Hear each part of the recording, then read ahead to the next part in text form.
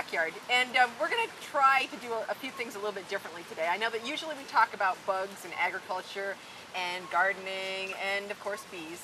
But what we're going to talk about today is a little bit different because we're going to talk a little bit about history. And I have Bob Lance here, who's a longtime member or a longtime citizen a resident of Keene. And we pretty much grew up around the same time, so Yes. we know a lot about the same kind of things. But as we go around Main Street, there's a lot of stuff that's changed. Like when we look at all of these stores around, hardly any of them are the same as when we were growing mostly up. all different than, than they were. And yes. so what we're going to be talking about, not all today, but in some future shows, and we got a little visitor. what we're going to talk about in future shows is how things have changed, what has changed, what our feelings were, about things that happened through our lives, and a little bit about our elementary school, our junior high years, our high school years, and just, growing up in Keene. Keene is a nice place. I always described it as a great place to bring up your kids. Absolutely. Yeah. So where do you remember back to as a child?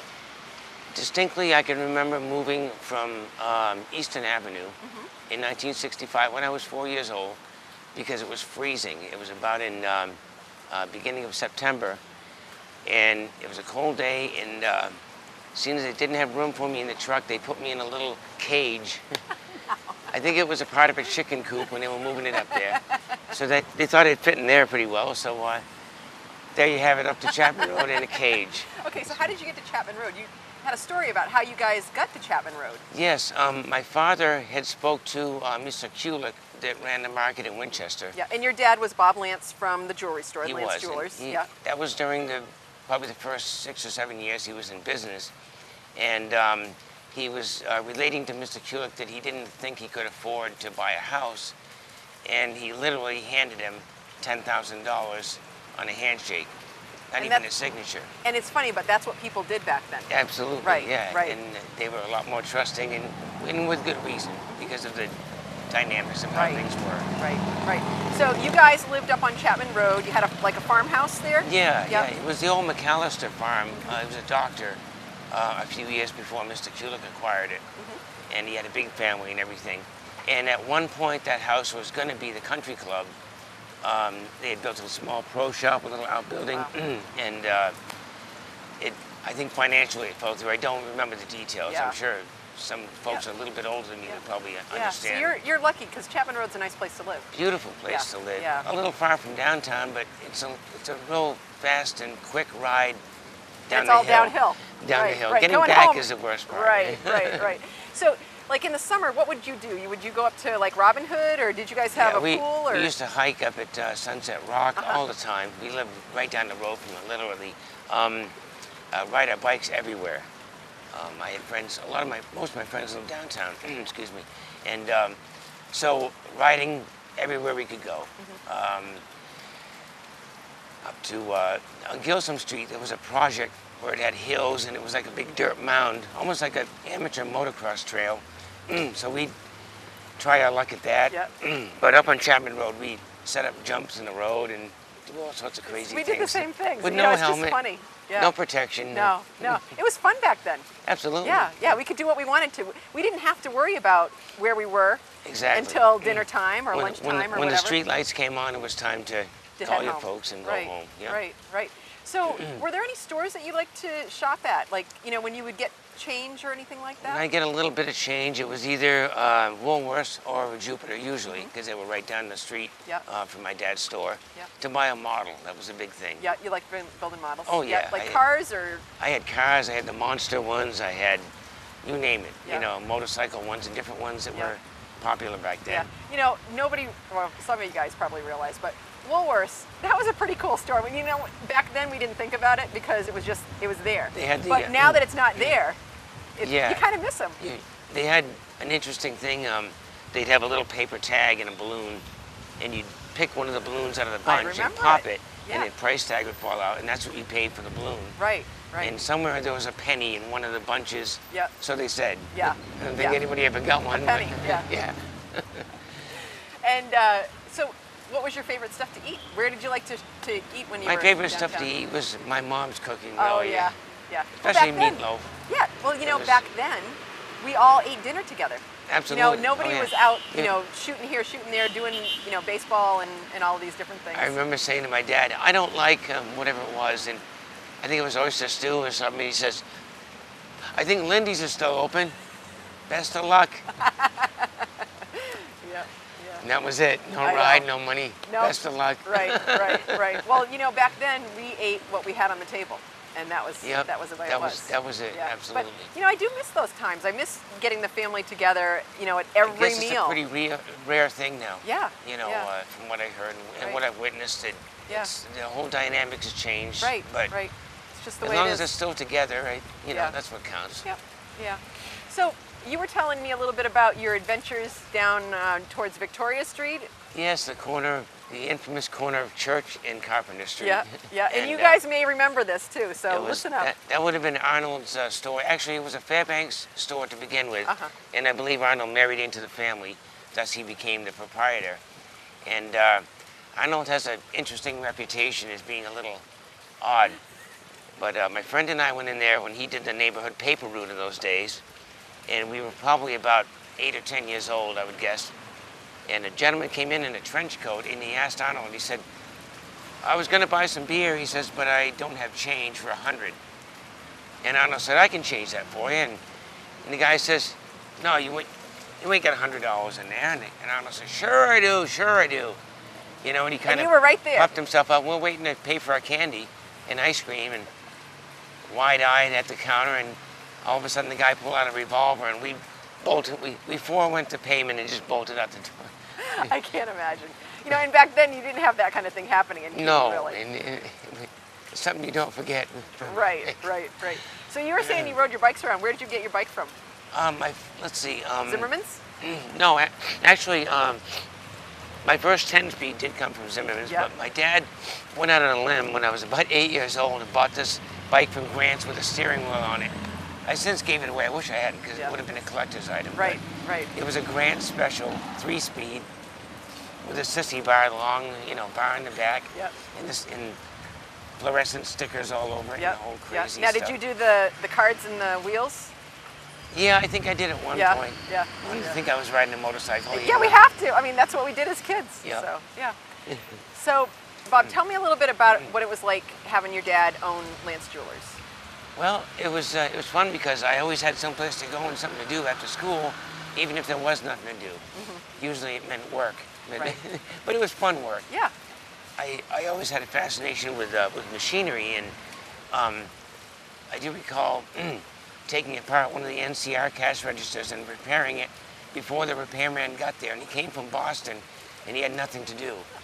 And so I sort of surprised him. I was about 10, I think. Wow. But I was pretty good at figuring out things like that and doing engraving. I loved to do that. And How I much did that. did you love engraving, though? Well, up until the 10,000 pewter cuff bracelets in a row, it was all good. So you used to do all the engraving for all of I the did like graduations 99% and things of like the that. trophies, jewelry, watches, inside of rings, pretty much you name it. Yeah. Everything except the hand engraving. That Yeah. was sent out to Boston to Yeah. a specialist, because Right. that was really a true art form. It was much more expensive than the traditional pantograph engraving. Yeah, yeah. And now you guys had the Sharpie trophy, I think. Didn't you guys provide that? Yep. Yeah, you made that up. Yeah, that's interesting. So I do remember going into Lance Jewelers when I got married. I was looking for my plate patterns and things Yes, like the that. pattern, So- you register for. Right, registered it back Yeah. then. Yep, yep. So let me see, what was the other thing? Oh, I wanted to ask you about some of your things in high school, junior high and high school, and you went to Franklin. I went to Franklin, Yep. and then junior high, and then Keene High. Yeah.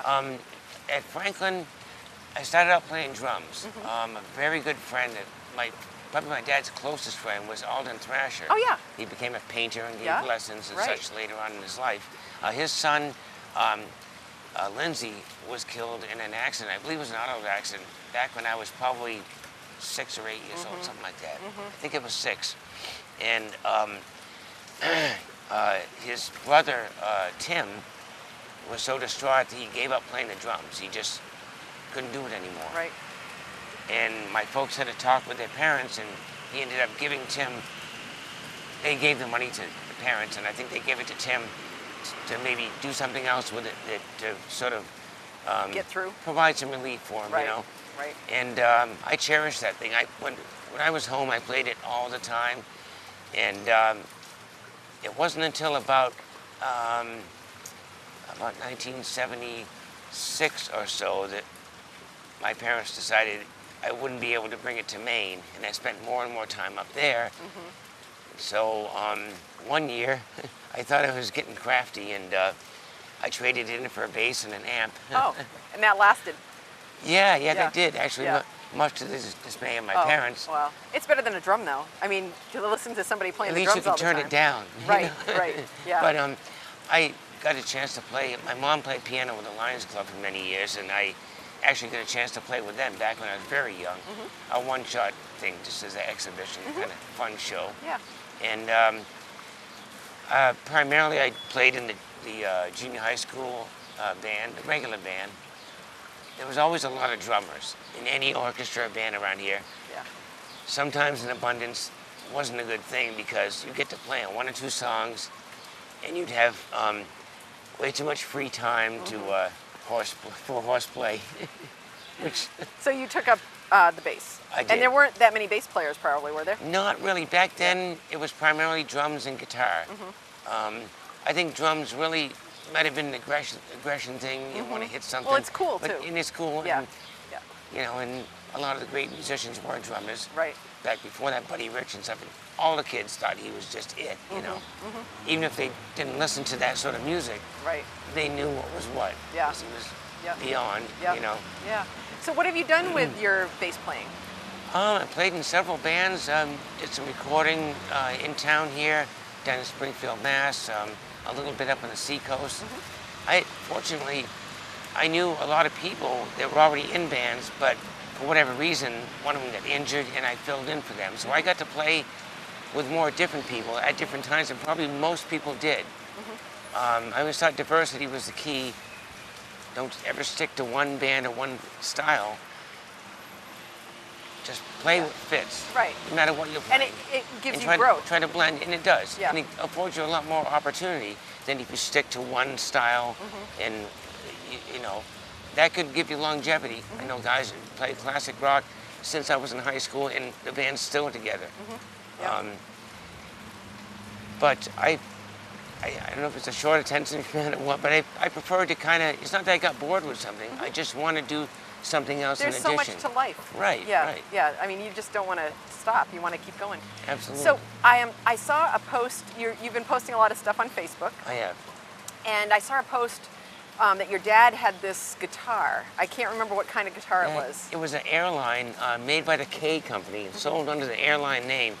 Montgomery Ward sold it. No way. Yeah, and my mom, I'm not sure exactly when she bought it, but it was probably, I would guess, in the very early 60s, probably prior to my sister being born, maybe late 50s, early 60s. And it's a sort of old country style guitar. Yeah. It still plays, not quite So as you good still as have it it? does. Oh, sure. Oh wow, that's Oh, sure. great. I've still got it. Yeah. That's one of those things the tuning pegs are absolute junk. They're like you'd buy at a dollar store now. Right. But it's a sentimental value. Right. You know, and it looks pretty cool too. Yeah. Yeah. But yeah. it's been worked on by a couple of friends of mine a little bit. Nothing cosmetic, just structurally to keep it together. Yeah. Humidity, I've moved in so many places. Up on the seacoast, my bass that I paid about $900 for got stored in a place where it was damp. And I actually took the frets out by myself, and I saved it. I couldn't play it; it would not keep in tune.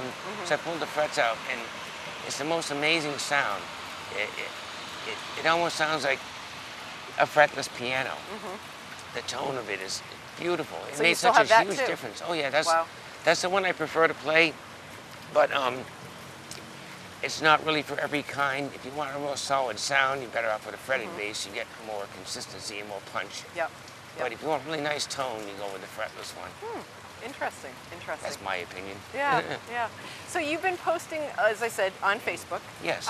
You have a lot of clippings from the newspaper. Where did you get those from? I was on, another friend of mine started a page called What Do You Remember Most About Keene? And I'd been on that for probably close to a year. and I happened upon another page called "You Know You're from Keene When" is the name of it, and the person that started it was a guy from town who now lives out in California, and he posted a few postcards, the old sort of painted sort of postcards. Yep. And Whoops. then he pretty much ran out of material after a while. Uh-huh. And I started, I posted a few of my own photos that I had, just a handful. And when I ran out of those, I went on the Flickr account of the Historical Society of Cheshire County and also the Keene Public Library. And I found some familiar stores, Emmons, the old stores from back then, Johnson's Drug. Johnson's Drug goes back Johnson's to Drug was over here? 1860 or thereabouts. I was thinking Johnson's Drug was over near excuse me, Lucas. I'm sorry. Johnson's Drug was here. Oh, Bullard and Shed. Bullard and Shed Yes. goes back to the mid-1850s at Right. least. Yeah. Been there a long, long time. Yep. Yeah. And Yeah, there's I pictures remember. of the original store with horses and carriages and Yeah. you know, things like It, that. it is really interesting to look at, like this, what the square looked like. Right. And the square had no trees. Originally, it was just granite bounds around. Right. And they used to bring very the plain. sheep down here. They did. Yeah. There was one with sheep. They had a thing with motorcycles. A lot of the public meetings were held here, and as far as the page, what happened was a woman from the first page I was on, her name is Michelle Green, she worked for the Shopper, posted a post that said, I've got a bunch of newspapers that I can't seem to get rid of, we're going to send them to the recycling center. And I saw it about 3 minutes after she posted, and I immediately Grabbed them. claimed them for myself. Yep. Much to this dismay of the few people. I said, I'm willing to share anything, anything and everything. Share the pictures, send them to your friends. You know, if you spot somebody whose dad worked at a place, tell me, you know, you attempt to tag it, and then it alerts me to tag them, and I do. Right. You know, it just brings back so many memories of us growing up and the things that Keene has gone through. Grew up downtown. I mean, we lived up on Chapman Road, and had a big old farmhouse with a lot of room, a lot of places to hike and mess around and have fun. But I spent so much time downtown because of my dad's store. I would usually stay here in town till 5:30 or 6, and then go home for dinner and such with my dad. Right. But I kept busy in the store by doing models, and I went down in the basement. It's nice and cool down there all You the know, time. I hear that the basements are really cool downtown. They were. At one point, they were all like a catacombs, all connected. Really? Yeah, sometimes by just a little hole in the bricks, in the blocks. I think it might have been something to do with the old plumbing system or something that went through there originally. But they are almost all connected, or were at that time. I could go down to my dad's basement and end up in that door right over you see by Audio Lab. Yeah. They were all connected that way. Yeah. Speaking of Audio Lab, I remember working in my dad's store, being in the bathroom, which was very small. And right on the other side of the left-hand side, was Audio Lab, and that's where his sound room was, his speaker room. And back then he'd had these big, huge speakers, and my father had a full-length mirror in there for the women that came into work, and the thing would rattle. And I thought, one day, it's coming down. Did it ever? No, it didn't. No, lucky. But, Yeah, you know, what we'll try to do is on some future shows, we will try to talk about some of the different areas of Main Street. Because really, like we said in the beginning of the show, there are so many changes. Oh, you're and right, yeah. you know, when you look back at Almost all the everything different has things, been everything is, changed. everything has gone through. It's incredible. What I tried to do on the site was, you know, some people said, hey, you're posting ads about Simons. I said, well, they're hardly in competition anymore. You know, Right. it's been a number of years. Yeah. And everybody gets a shot. Right. Even if it's a little carpenter guy down on Church Street, I try to put at least one ad. I like the ones with the artwork. Some of the best part of some of the ads. Yeah, they're very simple, but they use so Some of many them ideas. Jumped off the page. Yeah. What was the one that your dad did with the board? He did a board when he held it up above his head, and my mom thumbtacked his necktie to it. And then they flipped the photo. That was cut and paste back then, right? Yeah, cut and paste was turning it around. And the tagline was something like, he'll stand on his head to save you money, or some such thing. He was always, you know, he played it pretty straight at the store, except when he knew somebody, the customers. And between he and Mrs. Wyman, Jeanette Wyman, who just passed very recently at, I think, 90, she was just like my aunt, so funny.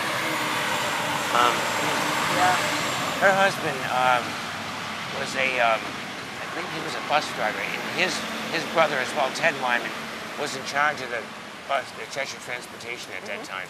Really very nice people. Yeah. But Jeanette was so funny. I remember I had a baby tooth that was so loose that it was wobbling back and forth, and I said, see, I think I was so small, I called her Annette. See, Annette, she says, that's very nice. Boom, just like that. Oh, okay, thanks. Sometimes you need it. You know? It was hanging around. I would have probably eaten it eventually. Yeah. But you know, the stories that we can tell, you know, Oh, yeah. of all the different things that we remember, you know, Bosher and Grout, you know, Bosher and buying Grout. my shoes there, In you know. the wooden foot in the shoe size measures. Right. My father would always say, let's see what size you are. Whammo, and give us a shot to wake us up. But you know, it was all like you'd have steps to go up, and like Good Nose, you'd have to walk in, and they had those big windows that they would Yeah. display everything. Yeah, and yeah. The little And- the money thing that would shoot up and. Good Nose was famous for the pneumatic Right. system. They used to have a mechanical system. Some people have told me through some stories on the other page, Yeah. which goes back a little. Mostly people that are maybe, say, 10 to 15, maybe 20 years older than me are mostly on that page now. Yeah. But I find a lot of younger people that are my age or younger are on the newer page, Right. and it matters not. And- They're all great stories. And so, what is the newer page called, and how do they get to The it? newer page is You Know You're From Keene When, and they have little funny sayings. Everything is within 7 miles of downtown. Yeah. And that's and such. The other one is called What Do You Remember from Keene? Uh-huh. And it's basically a lot of the same material. Right. Michelle Green contacted me, and I got 4 moving boxes full. Wow. So far, 1968 to 1979, the year I graduated from high school. Yeah. And then some of them are in relative order. There'll be 10 or 20 in order, and then it jumps another 6 years. Yeah. Just so. And you are also telling me that your mom had a lot of scrapbooks. My mom was. How many? Like. She had over 100 photo albums and probably 50 scrapbooks Yeah. of all my dad's ads. Yeah. From So day we'll one. be here for another 200 years. Yeah. No, but you've got a lot of material to I do now. Yeah, share. I wasn't able to procure any of it from my parents' estate, Mm-hmm. and I thought, oh, it's lost. I felt bad about it until the day I got the shoppers, because now I have all of them Mm-hmm. Right. back. you Yeah. know. Well, that's great. I don't have the family photos, but I've got the Yeah. memories of those. They're built Right. into my head still. Right. Well, you know, Bob, it's been great talking with you today. Thank you. And here we are in my backyard, but I think it should be almost more of a remember when. You know, remember when, you know, and if you guys want to, you know, think about, remember when. If you grew up in Keene or in the local area, there's a lot to remember. We had, you know, I don't mean to be a Pollyanna, but we had a really good place to live. It was very safe compared It was. to a lot of places. It was. And I hope it stays this way. And wholesome, you know. Yeah. It was almost like Mayberry, like you were Right. saying. So today we've been in my backyard with Bob Lance and Jody Turner. And you know, if you have any suggestions or anything you'd like to give us for information, or you'd like to get a hold of Bob, you can email us at inmybackyardch8@gmail.com, and we'd be happy to get back to you and carry it on from there. So thanks again, and Thank you so much. we'll see you again in my backyard, your backyard, and your backyard. It's a great pleasure. Thank you, Yeah. gentlemen.